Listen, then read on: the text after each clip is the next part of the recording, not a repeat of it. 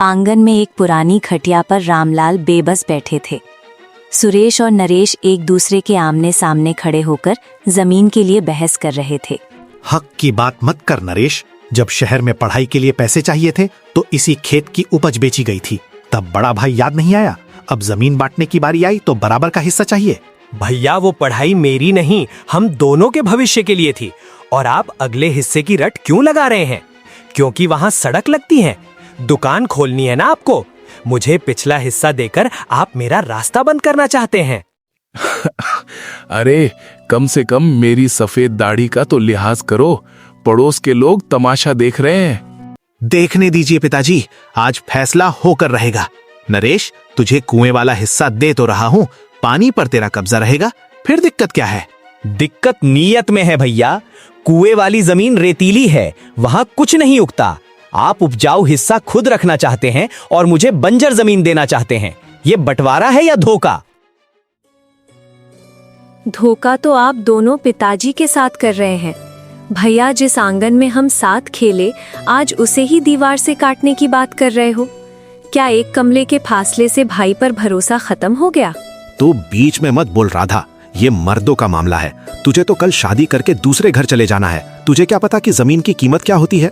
कीमत जमीन की नहीं, रिश्तों की होती भाई साहब। अगर आज माँ होती तो क्या आप उनके सामने ये दीवार खड़ी कर पाते? माँ नहीं है, इसीलिए तो ये सब हो रहा है। भैया को लगता है कि वो बड़े हैं, तो वो जो भी कहेंगे मैं सिर झुकाकर मान लूंगा। पिताजी, आप चुप क्यों हैं? आप ही कहिए, क्या ये सही है? मैं क्या कहूँ? मैंने तो सोचा था कि ये जमीन तुम्हें जोड़े रखेगी, पर ये तो तुम दोनों के बीच जहर बन गई। सुरेश, तू बड़ा है, तुझे बड़ा दिल दिखाना चाहिए था। और नरेश, तू तो हमेशा समझदारी गई तेल लेने। मुझे बस मेरा हिस्सा चाहिए। कल पटवारी आएगा, मैंने उसे बुला लिया है। पटवारी? मुझसे पूछे बिना? वाह भैया, आपने तो पूरी तैयारी कर रखी है। ठीक है, अगर बात पटवारी तक पहुंच गई है तो फिर मैं भी पीछे नहीं हटूंगा। एक एक इंच का हिसाब होगा। बस करो, मेरी देह के भी 2 टुकड़े कर दो और आधा आधा ले जाओ। शायद तब तुम लोगों को शांति मिल जाए। रामलाल की आंखों में आंसू आ जाते हैं और वो अंदर कमरे की ओर चले जाते हैं। राधा उन दोनों को गुस्से और दुख भरी नजरों से देखती है। अगली सुबह सूरज अभी पूरी तरह निकला नहीं था। रामलाल के पास ही खड़ी थी राधा। उसके चेहरे पर एक रहस्यमयी मुस्कान थी। सुरेश और नरेश उलझन में खड़े अपने पिता को देख रहे थे। कल रात मैं सो नहीं पाया। तुम दोनों की जिद ने मुझे फैसला करने पर मजबूर कर दिया है। बंटवारा कल ही होगा, लेकिन वैसे नहीं जैसा तुम सोच रहे हो। पिताजी, सीधी सी बात है, पटवारी को आने दीजिए। नाप जोक होगी और बात खत्म। अब इसमें नई शर्त कहाँ से आ गई? हाँ पिताजी, भैया सही कह रहे हैं। ये पेचीदा शर्तें रखकर आप बस मामले को टालना चाहते हैं। हमें साफ साफ बताइए कि आप चाहते क्या हैं? मैं बस ये चाहता हूँ कि घर की चाबियां और सबसे उपजाऊ वाला हिस्सा उस हाथ में जाए जो उसका असली हकदार हो। मेरी शर्त याद रखना, जो कल सुबह मुझे बिना पैर के चलकर दिखाएगा और बिना धूप के पसीने में भीग कर दिखाएगा, वही विजेता होगा। पिताजी, होश में तो हैं आप? कोई बिना पैर के कैसे चल सकता है? क्या मैं रेंग कर आऊं? और बिना धूप के पसीना? क्या मुझे आग के पास बैठना होगा? भैया, पिताजी की बात में गहराई है। अगर आप खुद को इतना काबिल समझते हैं कि घर संभाल सके, तो इस पहेली को हल क्यों नहीं कर लेते? राधा, तू ज्यादा मत बोल। मुझे पक्का यकीन है कि ये पेचीदा विचार तेरे ही दिमाग की उपज है। पिताजी को तू ही भड़का रही है। भड़का मैं रही हूँ या आप दोनों का लालच? पिताजी ने तो बस एक रास्ता दिखाया है। जो इस चुनौती को पार करेगा, जमीन उसकी। देख रहे हो नरेश, ये हमें पागल समझ रहे हैं। बिना पैर के चलना नामुमकिन है और बिना धूप के पसीना आना, ये तो कुदरत के खिलाफ है। असंभव कुछ नहीं होता सुरेश। दिमाग चलाओगे तो रास्ता निकलेगा, और सिर्फ जमीन पर नजर रखोगे तो उलझ जाओगे। क्या तुम दोनों को ये शर्त मंजूर है या फिर बंटवारे का ख्याल छोड़ दें? नहीं, मुझे मंजूर है। मैं साबित करूंगा कि मैं आपसे ज्यादा चालाक हूँ। मैं कल सुबह इसका हल ढूंढ कर लाऊंगा। अगर इसे मंजूर है तो मैं भी पीछे नहीं हटूंगा। कल सुबह यही आंगन होगा और आपकी अजीबोगरीब शर्त भी। देख लेना पिताजी, चाबियां तो मेरे ही पास आएंगी। ठीक है, कल सुबह सूरज ढलने से पहले जो ये कर दिखाएगा, फैसला उसके हक में होगा। अब जाओ और जाकर सोचो। सुरेश और नरेश गुस्से और सोच विचार में डूबे हुए अलग अलग दिशाओं में चले जाते हैं। उनके जाने के बाद रामलाल राधा की ओर देखते हैं। राधा बेटी, क्या तुझे लगता है कि ये दोनों इस पहेली का असली मतलब समझ पाएंगे? कहीं ये लालच में आकर कुछ गलत ना कर बैठें। पिताजी, पसीने और चलने का जो मतलब आप समझाना चाहते हैं, अगर वो समझ गए तो दीवार जमीन पर नहीं, उनकी बुद्धि पर गिरेगी। बस कल सुबह का इंतजार कीजिए। रात के सन्नाटे में घर की रसोई के बाहर सुरेश और नरेश बेचैनी से खड़े थे। नरेश की पत्नी सविता भी उन्हीं के साथ खड़ी थी। तभी राधा उनके पास आती है। राधा रुक, ये क्या तमाशा है? तूने पिताजी को मंदिर वाली बात करने के लिए उकसाया है ना? सारी जायदाद मंदिर को दान। क्या हम सड़कों पर आ जाएं? हाँ राधा, बात अब जमीन की नहीं, छत सिर पर छुपाने की है। बाबूजी ऐसी शर्त कैसे रख सकते हैं? बिना पैर के चलना और बिना धूप के पसीना, क्या वो हमें जादूगर समझते हैं? भाभी, पिताजी सठियाए नहीं हैं। वो बस ये देखना चाहते हैं कि किसके पास मेहनत और बुद्धि का मेल है। उन्हें डर है कि जमीन मिलने के बाद तुम दोनों उसे बेचकर शहर भाग जाओगे। अगर कल सुबह तक हल नहीं निकला तो वसीयत तैयार है, सब कुछ मंदिर का होगा। अरे नहीं, ये तो अनर्थ हो जाएगा। राधा, तू तो समझदार है, बचपन से तूने पिताजी के मन को पढ़ा है। तू ही बता हमें क्या करना है। हम तो इस पहेली में बुरी तरह उलझ गए हैं। हाँ छोटी, देख, हम भाई आपस में लड़ते जरूर हैं, पर हैं तो एक ही खून। तू हमें रास्ता दिखा, कल सुबह हमें क्या करना होगा। ठीक है, मैं मदद करूंगी, लेकिन मेरी एक शर्त है। वादा करो कि इस बंटवारे के बाद तुम दोनों दुश्मन बनकर अलग अलग नहीं रहोगे, बल्कि इसी जमीन पर एक होकर काम करोगे। बोलो, वादा करते हो? वादा। हमें बस जमीन और घर बचाना है। मुझे भी मंजूर है, बस ये बता कि वो दो काम कैसे होंगे।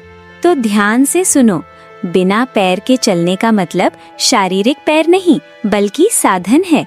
कल सुबह तुम दोनों को अपने खेतों तक घोड़े या बैलगाड़ी पर बैठकर जाना है। जब जमीन पर पैर नहीं पड़ेंगे तो तुम बिना पैर के चलोगे। और वो पसीने वाली बात, बिना धूप के पसीना कैसे आएगा?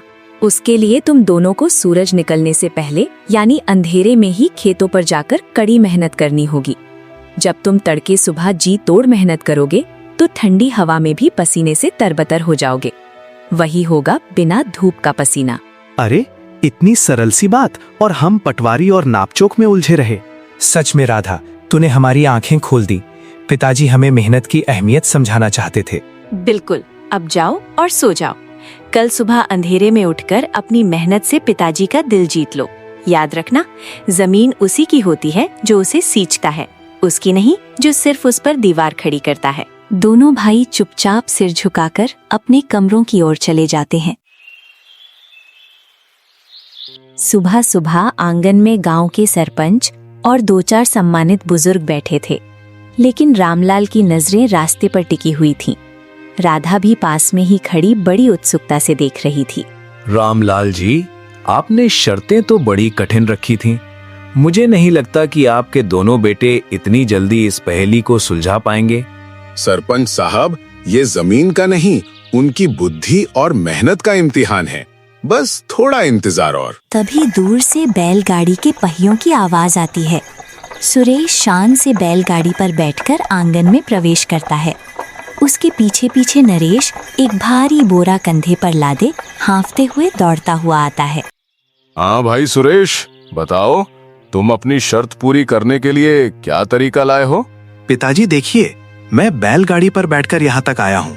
घर से लेकर आंगन तक मेरे पैर जमीन पर नहीं पड़े, यानी मैं आपके कहे अनुसार बिना पैर के चलकर आया हूँ। वाह, दिमाग तो अच्छा लगाया है लड़के ने।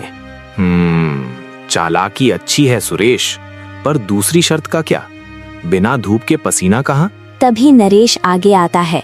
वो बुरी तरह हाफ रहा था। पिताजी देखिए, अभी तो सूरज ठीक से निकला भी नहीं है, चारों तरफ छाया है, लेकिन मैं खेत से इस भारी बोरे को पीठ पर उठाकर दौड़ते हुए आया हूँ। धूप नहीं है, फिर भी मेहनत के कारण मैं पसीने में भीगा हुआ हूँ। लाजवाब। रामलाल जी, इन दोनों ने तो अपनी बुद्धि और मेहनत से आपकी दोनों शर्तें पूरी कर दी। बिल्कुल सही। सुरेश, तुमने साधन का महत्व समझाया और नरेश, तुमने श्रम का। लेकिन क्या तुम जानते हो कि इस पहेली का असली मकसद क्या था? क्या पिताजी? बिना पैर के चलने का मतलब था कि खेती सिर्फ अपने पैरों के भरोसे नहीं, बल्कि बैल और मशीनों, साधनों के मेल से होती है। और बिना धूप के पसीने का मतलब था कि असली किसान वही है जो सूरज चढ़ने से पहले खेतों में पसीना बहा दे। तुम दोनों ने आज साबित कर दिया कि तुम इस जमीन के सच्चे वारिस हो। पिताजी, अब तो फैसला सुना दीजिए, चाबियां किसे मिलेंगे? चाबियां किसी एक को नहीं, बल्कि दोनों को मिलेंगी। सुरेश, तुम आगे का हिस्सा संभालो, जहां से तुम मंडी का व्यापार देखोगे। और नरेश, तुम पिछला हिस्सा, जहां कुआं और उपजाऊ जमीन है। लेकिन याद रहे, चाबियां एक ही गुच्छे में रहेंगी। अगर तुम अलग हुए तो ना बैलगाड़ी चलेगी और ना ही पसीने की कोई कीमत होगी। माफ कर दीजिए पिताजी, हमें समझ आ गया कि बंटवारा जमीन का नहीं, जिम्मेदारियों का होना चाहिए। हाँ भैया, अब हम मिलकर इस जमीन को सोना बनाएंगे। रामलाल जी, आपकी तरकीब ने तो घर की दीवार खड़ी होने से पहले ही गिरा दी। आंगन में माहौल अब शांत और भावुक है। रामलाल के चेहरे पर एक संतोष भरी मुस्कान है। सरपंच जी, इन दोनों ने शर्तें तो पूरी कर दी, लेकिन ये विचार मेरे बेटों के नहीं, मेरी बेटी राधा के हैं। मैंने जानबूझकर ये मुश्किल पहेली रची थी ताकि ये समझ सकें कि केवल जमीन का टुकड़ा हासिल कर लेना ही जीत नहीं है। अच्छा, तो ये सारी चतुराई राधा की थी। बेटी, तुमने तो बड़े बड़ों को मात दे दी। पिताजी, मैंने इन्हें सिर्फ ये समझाया कि बैलगाड़ी यानी हमारे संसाधन और मेहनत यानी हमारा पसीना, जब ये दोनों मिलते हैं तभी घर में तरक्की आती है। अगर ये दोनों भाई अलग हो गए तो न बैलगाड़ी चलाने वाला कोई बचेगा और न ही कड़ी धूप में साथ पसीना बहाने वाला। अकेले पड़ते ही मेहनत का फल भी कम हो जाता है। पिताजी, हमें माफ कर दीजिए। गुस्से और लालच में हम अंधे हो गए थे। हमें अब समझ आ गया कि राधा सही कह रही थी। अगर हम जमीन को बीच से काट देंगे तो उन छोटे छोटे टुकड़ों में ना ट्रैक्टर चल पाएगा और ना ठीक से सिंचाई हो पाएगी। हाँ पिताजी, बंटवारा खुशहाली नहीं बर्बादी लाता। हमने तय किया है कि हम खेत के बीच में कोई दीवार नहीं उठाएंगे। हम साथ मिलकर पूरी जमीन पर खेती करेंगे और जो भी मुनाफा होगा उसे आधा आधा बांट लेंगे। इस तरह जमीन भी बची रहेगी और हमारा भाईचारा भी। आज मेरा सीना चौड़ा हो गया। जमीन का असली मालिक वही है जो उसकी रक्षा करना जानता हो। राधा बेटी, तूने आज इस घर की नींव को ढहने से बचा लिया। रामलाल जी, आप खुशनसीब हैं कि आपके पास ऐसी बेटी है। जहां लोग जमीन के लिए खून बहा देते हैं, वहां इस बच्ची ने अपनी बुद्धि से दिलों को जोड़ दिया। और इस तरह सूरज की पहली किरण के साथ घर के बंटवारे का काला साया हमेशा के लिए टल जाता है।